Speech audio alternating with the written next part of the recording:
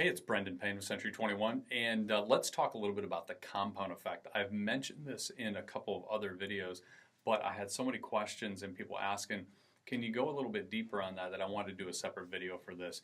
And the compound effect relates to the marketing and the results that you get from marketing a lot of properties over a long period of time. So let me explain a little bit more, and I'm going to use the comparison between what someone who's selling on their own right now is doing and the results that they may get in the exposure versus someone who does this full time and is selling a couple hundred properties a year, and the difference in the exposure that's created. So let's talk about what would be an example of someone who is selling on their own and is really kind of overboard and overachiever in terms of what they're doing to market the home, some ideas that they could be doing. So somebody like that is going to, obviously they're going to have a sign in the yard. They probably would go ahead and be posting Craigslist ad and making sure that that's out there. They would be posting Facebook marketplace ads. They'd be posting on Nextdoor. They may have their centers of influence and groups of people that they're part of, the church groups and the book clubs and the golfing buddies and stuff like that. Maybe they have all them. They've actually sent out an email to their centers of influence letting them know their home's for sale. That's getting to kind of overboard, that a lot of people are selling on their own, haven't thought of yet. Let's take it a step further. Let's say that they went ahead and they optimized their profile on Zillow, on Trulia, on Realtor.com. They went through and did all those things. Let's say that they went ahead and did a video tour, maybe even went so far as, if it's a luxury type property, did a drone tour. They've got a lot of stuff out there. Let's even go one step further and say that over time they're taking all of those different factors, all those different strategies, and they're following up with them like once a week and refreshing them. Okay? That would be over the top in terms of what most people that are selling on their own are doing, because most people that are selling on their own are stopping with the sign, maybe a Craigslist ad, and maybe an ad in the paper. But that first example I gave would be pretty aggressive for someone that's selling on their own and doesn't have a lot of the resources that a professional agent would do. Here's the challenge. You're selling one property maybe every couple of years when it's your own personal property and you're selling it on your own. So over time, there's no buildup, there's no compound effect, there's no database being created of buyers that were looking at homes that you sold a few years ago and that are now back. Also, it's unlikely that you've set up a lot of funnels or capture systems for the people that are looking at your property but don't ever show up to go see it.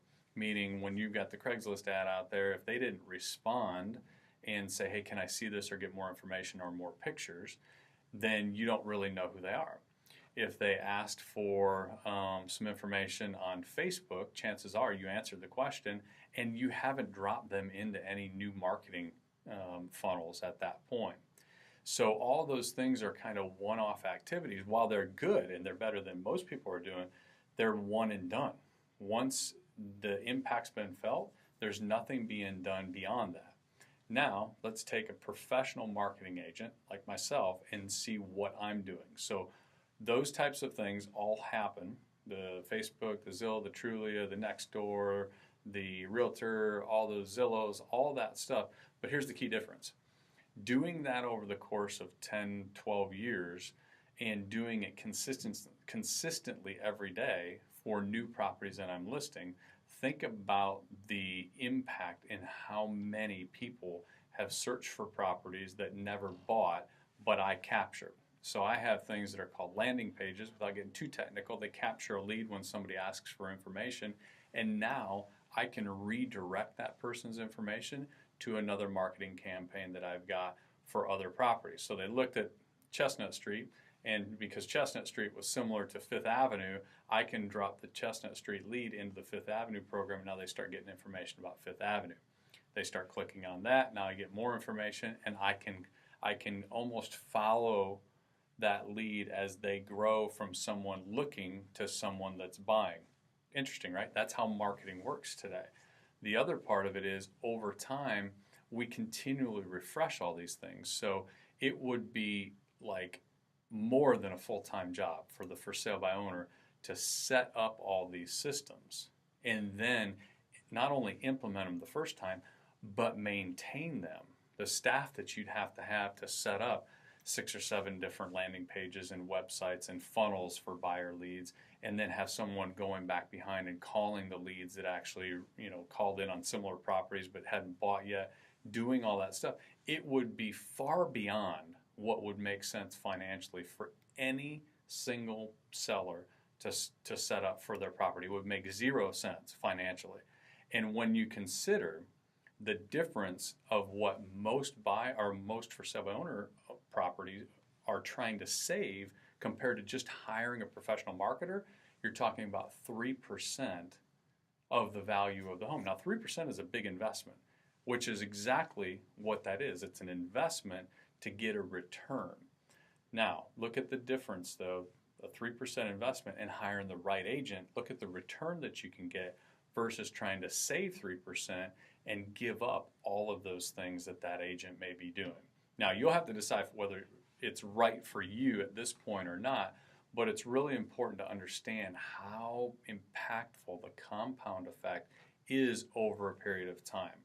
Not only from previous listings that the agent sold, but the marketing that they're doing right now to their databases.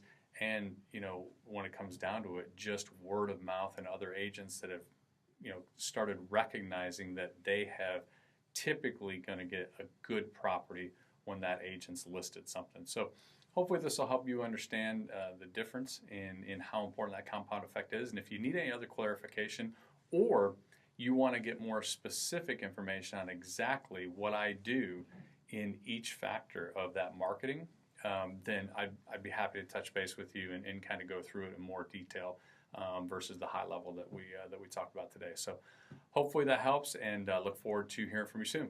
Have a great day.